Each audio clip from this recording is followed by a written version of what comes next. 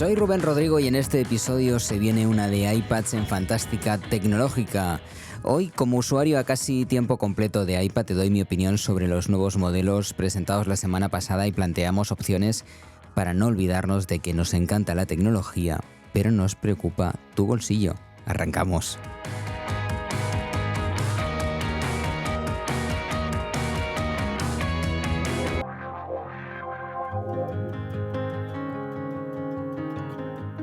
Nuevos iPads. Después de la sequía de 2023, en el que por primera vez no vimos ni un solo modelo de iPad el año pasado, y la presentación de Apple de la semana pasada trajo 4 modelos. Vamos a repasarlos rápidamente y yo haré mi recomendación personal basada fundamentalmente en mi uso. No es novedad, lo he contado un montón de veces en el podcast.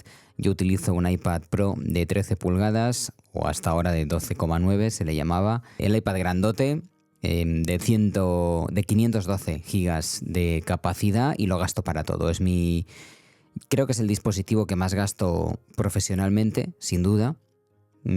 Compite con el teléfono, desde luego, en el día a día en muchos sentidos, pero lo gasto bastante más que mi ordenador de sobremesa, que en este momento es un Mac Mini M2 con un procesador M2. Por una parte, la renovación de los iPad Air y por otra parte, la renovación de los iPad Pro, es decir, renovación de toda la gama salvo el modelo básico, que también cuenta con algún cambio, ahora lo veremos, no de hardware, es el mismo modelo, pero las condiciones para adquirirlo han cambiado bastante desde la semana pasada. El iPad Air, ahora redondeamos los números, lo decíamos hace un segundo, 11 y 13 pulgadas, tanto para la gama Air como para la gama Pro. No hay ya 10,9, 12,9, 11 y 13. Es cierto que ahí especifica Apple en su página web que en los modelos Air son 10,80 y tantas o algo así, pero me parece fenomenal. Simplifica muchísimo la gama, creo que es obviamente lo que tenía que haber hecho hace mucho tiempo. Nadie entendía eso de las 12,9 pulgadas, estando además tan cerca, y creo que dejarlo en esas 13 en el iPad Air y en el iPad Pro va a facilitar mucho que el cliente entienda qué es lo que va a comprar y que compare los tamaños y sobre todo que compare los modelos, ¿no? Ahora es Air contra Pro fundamentalmente lo que hay que plantearse, y vamos a ver en pocos minutos qué es lo que quizá te conviene a ti. Gran noticia para aquellos usuarios que, como yo, usamos el iPad, que haya un iPad Air de 13 pulgadas.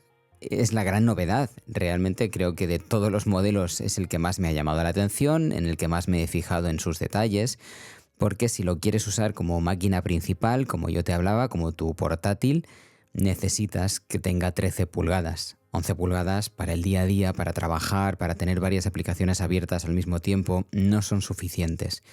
Llevan un M2 los iPad Air, así que pueden hacer perfectamente cualquier tarea que se les encomiende, la que se te ocurra seguramente a cualquiera de los que me estáis escuchando.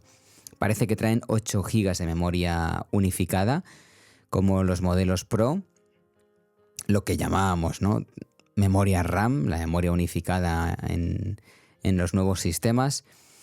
Y puedes usar el Apple Pencil. De hecho, tienes que usar el modelo Pro, un nuevo modelo de Apple Pencil que ha sacado la empresa para estos 4 modelos que se han presentado esta semana. Solo funcionan con estos 4 modelos ese nuevo lápiz. Si tienes un iPad Pro anterior, un M1 o un M2, como es mi caso, el Apple Pencil que te tienes que comprar es el de segunda generación, no este. Y cuesta lo mismo, los dos lápices valen lo mismo. No sé exactamente cuáles son las novedades del Apple Pencil Pro, no las he mirado ni me interesan ahora mismo, la verdad, pero su precio es de 149 euros. Cierto es que el Apple Pencil de segunda generación, para los modelos anteriores, seguramente lo puedes encontrar en Amazon y en otras tiendas a precios inferiores. De hecho, ahora mismo y en directo voy a abrir Amazon y vamos a comprobar a qué precio podemos comprar el Apple Pencil de segunda generación. Vamos a verlo. Aquí lo tenemos. Apple Pencil de segunda generación a 135 euros y tienes reacondicionados, reacondicionados no, modelos que ha devuelto alguien como nuevos por 113 euros. Por tanto, te puedes ahorrar un dinero. Recuerda siempre esta opción que te voy a recomendar un par de veces más en este episodio. Yo recomiendo, si tu uso no es profesional en cuanto a que dibujas, necesitas esas diferencias de presión para hacer matices, trazos más gruesos y menos. Ahora mismo no recomiendo el Apple Pencil para nada, ni para casi nadie, sino que recomiendo un genérico de los que hay a decenas en Amazon, por ejemplo. Aquí mismo estoy viendo por 20, por 25 euros, modelos que van a hacer exactamente lo mismo en tu día a día si lo que quieres sencillamente es anotar cosas y gastarlo como agenda, por ejemplo.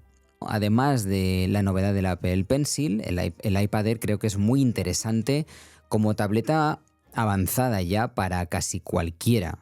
De hecho, descartaría el modelo Pro ahora mismo en la mayor parte de casos de uso. Para tableta básica de Apple, claro, estamos hablando siempre de modelos de Apple, el iPad básico, el de 10 pulgadas, que se queda ahora mismo en 429 euros. Un precio mucho más interesante que la semana anterior, el precio oficial. Cuando salió se fue hasta los 500 y muchos euros y fue la gran crítica porque el modelo anterior estaba bastante económico y ese modelo anterior que todavía se vendía, el iPad de novena generación, ha desaparecido ya de la web de Apple. Es el adiós casi definitivo al botón Home, desde luego sí en la gama iPad, pero ese iPhone SE es la aldea gala de los nostálgicos de otra época que todavía queda por si tú eres de los que quiere darle al clic al botón para seguir utilizando tu teléfono. Solo nos queda ese Touch ID porque ya no hay ningún otro modelo que lo tenga, salvo el iPad básico, que si no recuerdo mal lo tiene ahora mismo en un botón lateral, pero ya no es el clásico botón redondito tradicional que era imagen de marca también para Apple tanto en sus teléfonos como en sus tabletas. El nuevo iPad Air es, ya decía, para usuarios súper avanzados con necesidades concretas de edición de audio, vídeo, potencia de sobra con el procesador M2, una pantalla LCD, eso sí, de buena calidad, es una muy buena pantalla. No es una mini LED como se esperaba y se rumoreaba, porque, bueno, en principio se especulaba con que la pantalla mini LED de los iPad Pro de la generación anterior bajase, al menos al modelo grande de los iPad Air, al de 13 pulgadas, y las pantallas OLED se quedasen ya en la gama alta, en los Pro. Sí que han cambiado las pantallas de los Pro, pero la mini LED se ha perdido y la de los iPad Air es sencillamente una LCD, que es fenomenal, ¿eh? Si eres como yo, que tanto de vista y de oído lo he repetido varias veces en los últimos programas, no soy ningún sibarita, me vale perfectamente, es una pantalla magnífica que se ve de maravilla, con una resolución estupenda, así que adelante con ello y no le des demasiadas vueltas a este detalle. Si necesitas mucha capacidad, la verdad es que te va a salir cara. El precio parte de los 699 euros por la compra del iPad Air de 11 pulgadas, 128 GB de capacidad, aquí no hay versión de 64, por tanto, bien por ahí. Es cierto que yo ya creo que el mínimo debería ser de 256, que es lo que nos vamos a encontrar en los modelos Pro. Si necesitas mucha capacidad, yo de hecho como solo uso prácticamente el iPad para casi todo, recomiendo 512 GB, te sale ya por 1.079 euros. Estamos hablando del de 11 pulgadas, sin nada, ni funda, ni lápiz, nada. Y eso te hace una idea de la fortuna a la que te sale esa capacidad, ese aumento de capacidad. El nuevo modelo de 13 sale por 949 euretes con 128 GB de capacidad y se dispara a 1.329 euros con 512 GB, que sería mi recomendación si es un uso intensivo, ¿no? De todos los días, para todo. Ese sería el que yo recomendaría para que un iPad hiciese las veces de máquina portátil para todo. Un modelo de uso del que ya hemos hablado en el programa. ¿Es caro? Desde luego, no hay duda. Mi consejo es que mires en reacondicionados de Amazon periódicamente, como te decía antes con el Pencil y lo hemos comprobado en directo. Quizá el modelo Pro con M2 de la generación anterior te pueda salir incluso mejor Tiene mejor pantalla, conseguirás una mejor pantalla con ese iPad Pro de generación anterior y una mejor cámara también, aunque en el iPad la cámara trasera la verdad es que tiene un uso casi residual, salvo que lo utilices como cámara de vídeo, que lo dejes estático en algún sitio.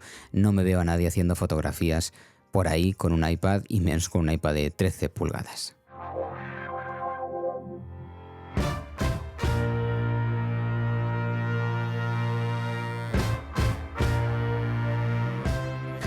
Y los modelos Pro, aquí sí que la verdad es que me quedé un poco en shock. Me sorprendió mucho cómo los modelos Pro han llegado con un Apple M4, un procesador M4.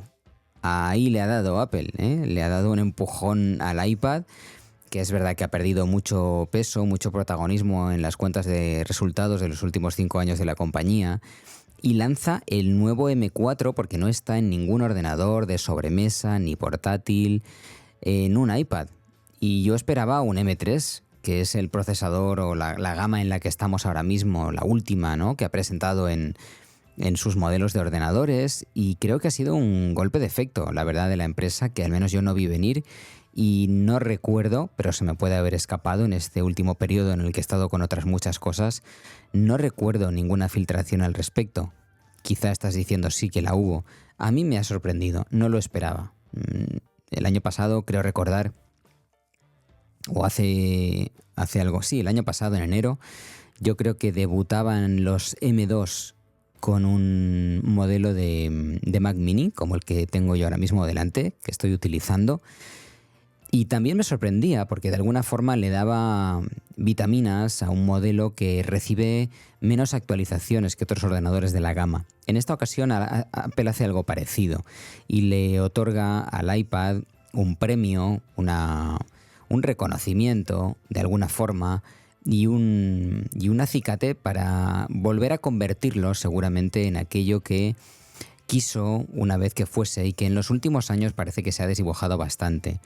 Esta mañana leía en un artículo de Joanna Sterns, creo que se llama, en prensa norteamericana, que hablaba precisamente sobre los precios de estos iPads y recordaba que el gran problema de este dispositivo es el software, lo capado que está este software y las posibilidades o la potencia que hay dentro de esos procesadores y que muchas veces no se puede aprovechar del todo porque el software no lo permite y las vallas que le pone al campo, ¿no?, por seguridad, por el motivo que sea, por diferenciar también gamas, iPads de portátiles, por no canibalizar las ventas de unos modelos y otros, la propia compañía, la propia Apple.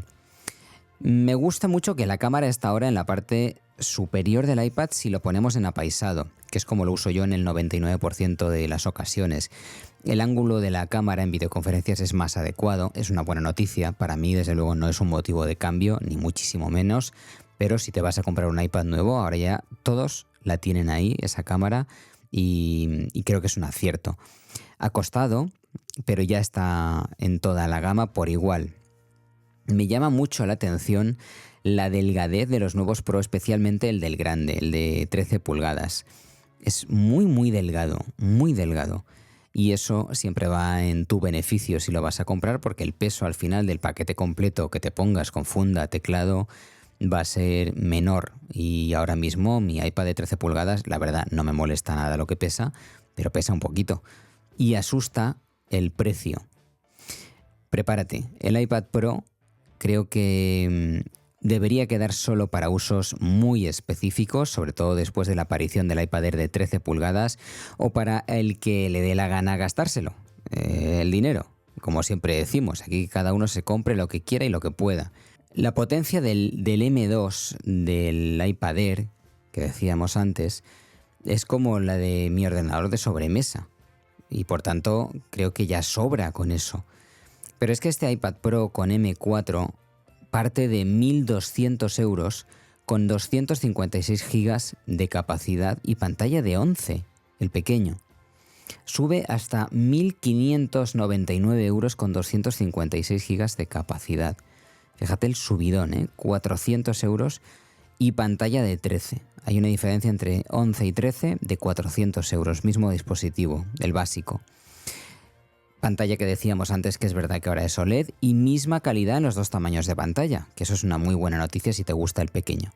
Si nos vamos a 512 GB de capacidad tendremos que rascar bien el bolsillo hasta encontrar 1.799 euros, vamos, 1.800 euros. Y ya puestos, el que en vez de 8 GB de memoria unificada, lo que era la RAM antes decíamos, quiera 16 GB porque va a trabajar con decenas y decenas y decenas de capas en una aplicación de diseño gráfico, pues su coste mínimo van a ser 2.279 euros del iPad Pro de 13 con 1 tera. Solo a partir de 1 terabyte de capacidad se da ese salto a los 16 GB. No se puede elegir esa opción con menos capacidad. Tal como usa la memoria el sistema M de Apple, los M1, M2, M3 y M4 en sus procesadores, yo no lo recomiendo. No recomiendo eso por precio, claro. Desde luego que creo que no vale la pena, sin entrar en detalles técnicos.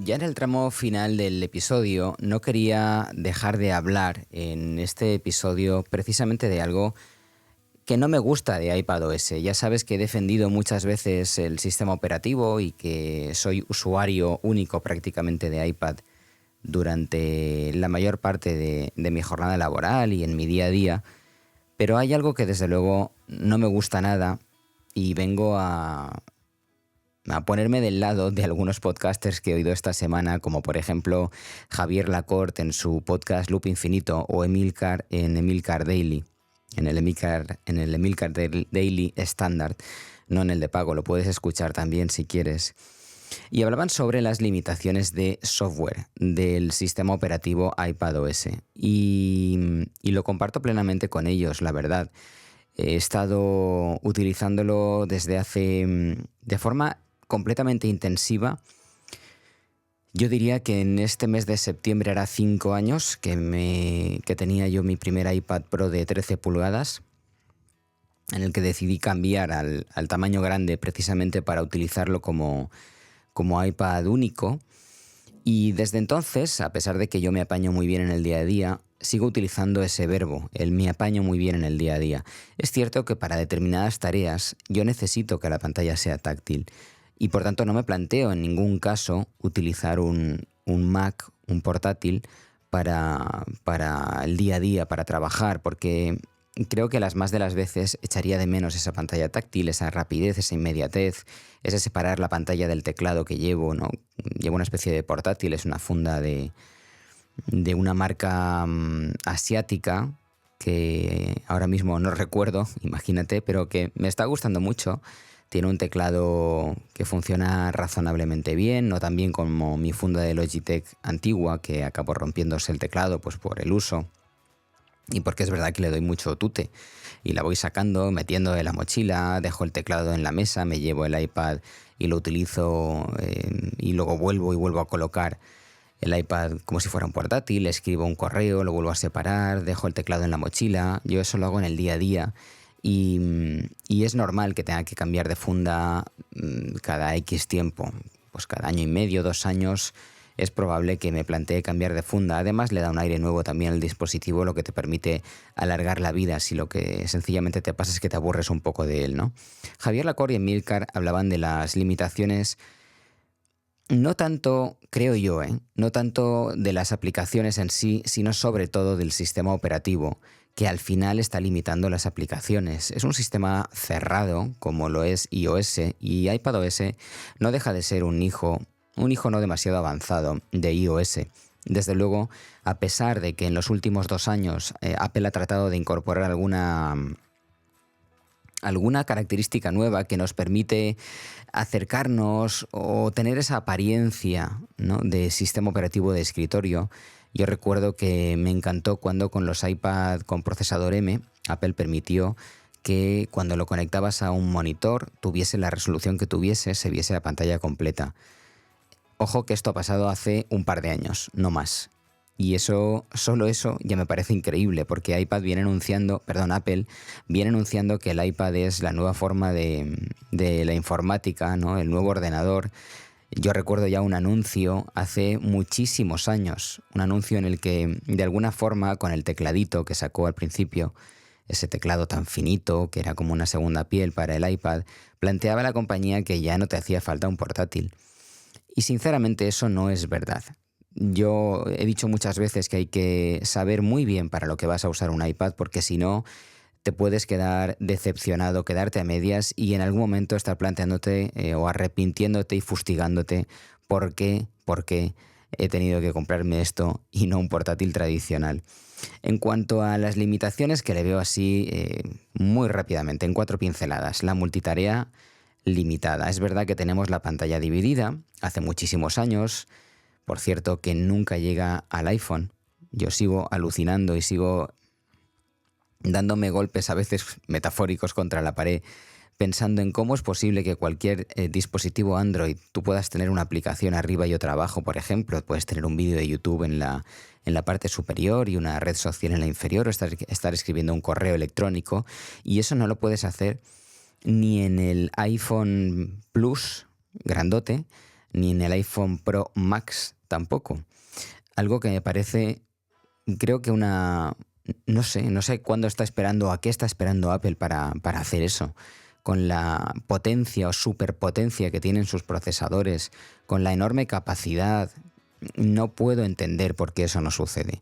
Son esas decisiones de la compañía que uno, a pesar de que trata de darle vueltas y uno dice, bueno, será el próximo año, será una característica que está guardándose, no llego a entender por qué lo sigue haciendo. La multitarea, por ejemplo, tienes el slide over, puedes colocar una aplicación a un ladito, así en vertical, sobre otra aplicación, pero desde luego no tiene la flexibilidad que tiene macOS o Windows, por supuesto, o Linux, a la hora de hacer grandes, pequeñas las ventanas, ponerla a un lado, poner una que esté siempre encima, con el botón derecho y con una opción fácil.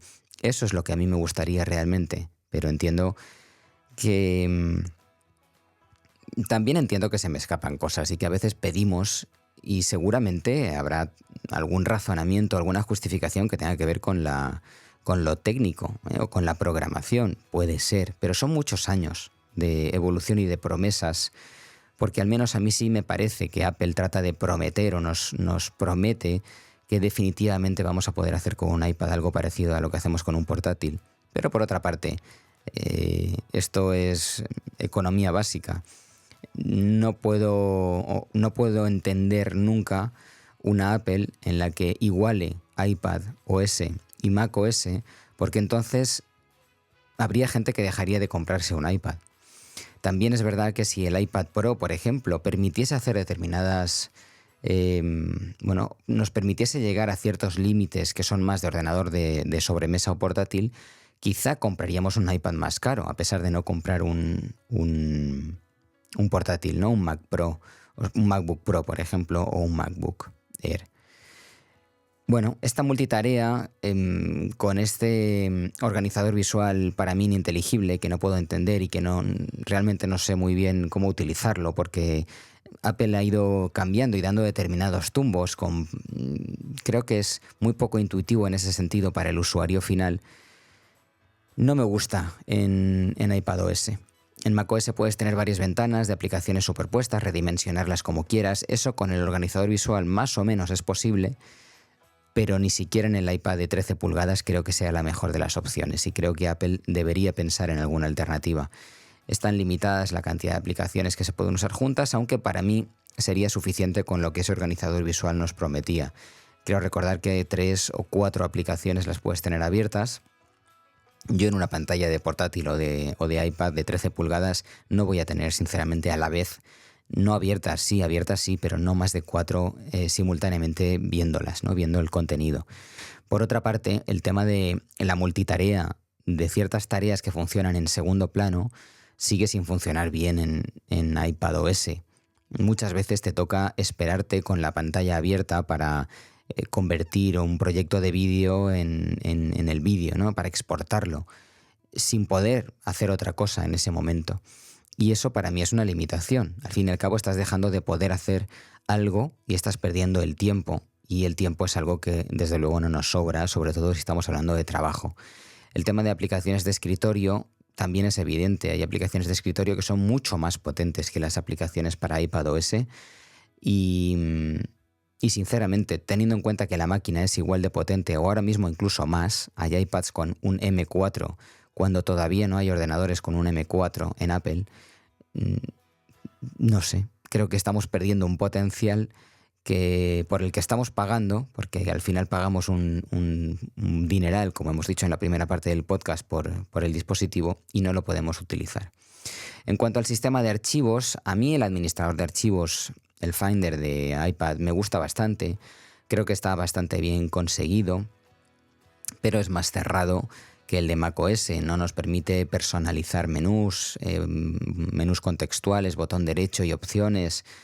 A veces están limitadas cuando queremos exportar, esto no desde el Finder, desde cualquier programa y queremos compartir. El menú compartir es completamente aleatorio, o al menos para mí.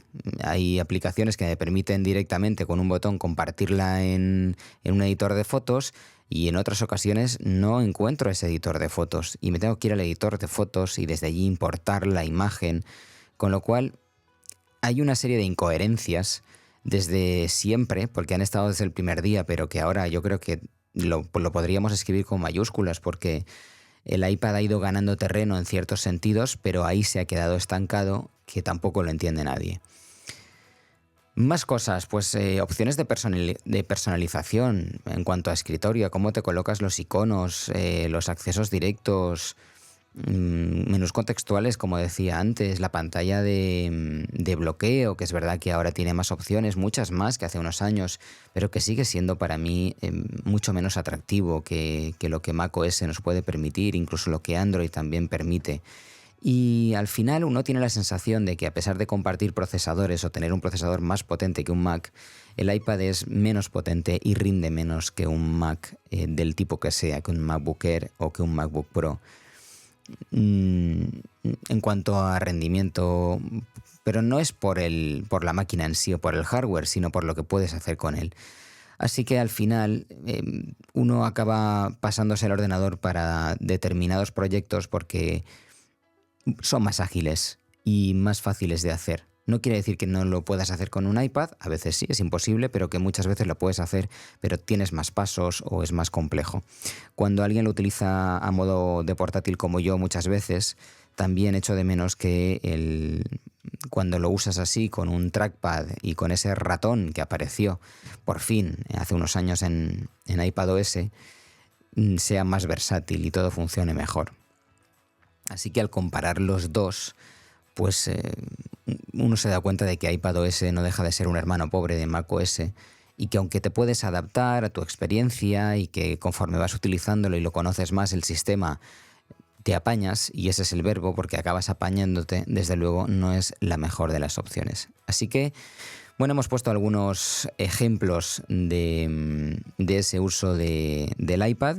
No sé si estarás de acuerdo conmigo, si es así o no. Compártelo ya sea en fantastec.com, en el formulario de contacto o en nuestras redes sociales en general. Ya sabes que el usuario es @fantastec en X o en Instagram. Vamos ya con el final del podcast.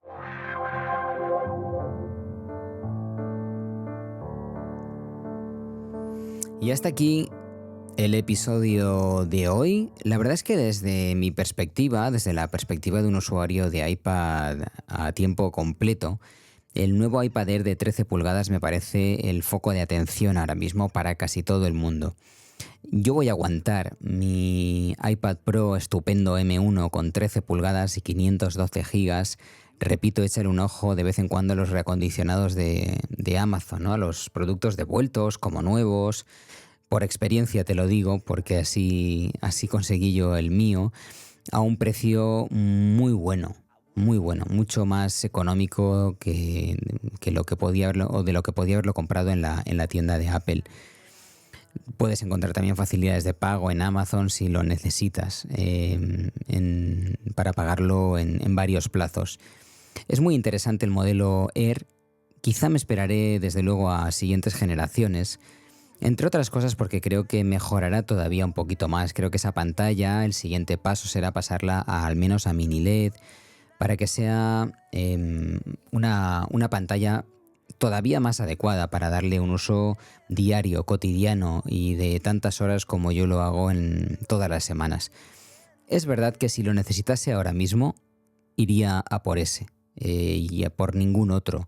Creo que los iPad Pro ahora mismo, y con la diferencia de precio de la que hemos hablado, se han puesto en un nivel en el que solo casos muy específicos van a necesitarlos, y desde luego yo desde aquí no los recomiendo. Cómprate el que quieras, de todas formas, estás en tu derecho, por supuesto, cómprate el que necesites. Y si tienes un iPad que te funciona, un iPad antiguo, incluso un iPad que puede que tenga muchos años pero todavía se actualice su sistema y que utilices para ver contenido, para ver series, pelis en casa, quédate con él. No cambies de dispositivo, lo hemos recomendado muchas veces. Sigue utilizándolo y puede que incluso no le estés sacando todavía el partido que podrías haberle sacado. Otra cosa es que ese uso, como decíamos, sea profesional. Entonces, piensa en lo que tienes, piensa en lo que acaba de salir, y si necesitas por potencia, porque ahora mismo estás perdiendo mucho tiempo, porque ya hay aplicaciones que no puedes instalar, porque se te quedan colgadas, entonces plantéatelo. En todo caso, es una decisión que tienes que tomar tú. Hemos llegado al final de este episodio de Fantástica Tecnológica y ya sabes, déjanos la mayor cantidad de estrellas posibles, todas las que puedas en tu app de podcast, o un like en YouTube en el canal de fantastech.com. Tienes nuestro podcast alojado. En el canal somos cerca de 600 suscriptores. En este periodo de tiempo de cierta inactividad puede que alguno se haya caído, pero te invito a ser uno más, a por esos primeros 1000, que ya lo dijimos la otra vez y hemos de estar en ese camino. En redes sociales @fantastech se despide Rubén Rodrigo. Hasta el próximo episodio. Hasta entonces, hombres, mujeres del otro lado, mirad a vuestro alrededor y trabajad 24 horas para ser felices, porque no hay otra. Un saludo. Maybe you could take a chance and stick around, or else you stay, 'cause you got love you shouldn't send away, 'cause you got love you shouldn't send away, you shouldn't send away.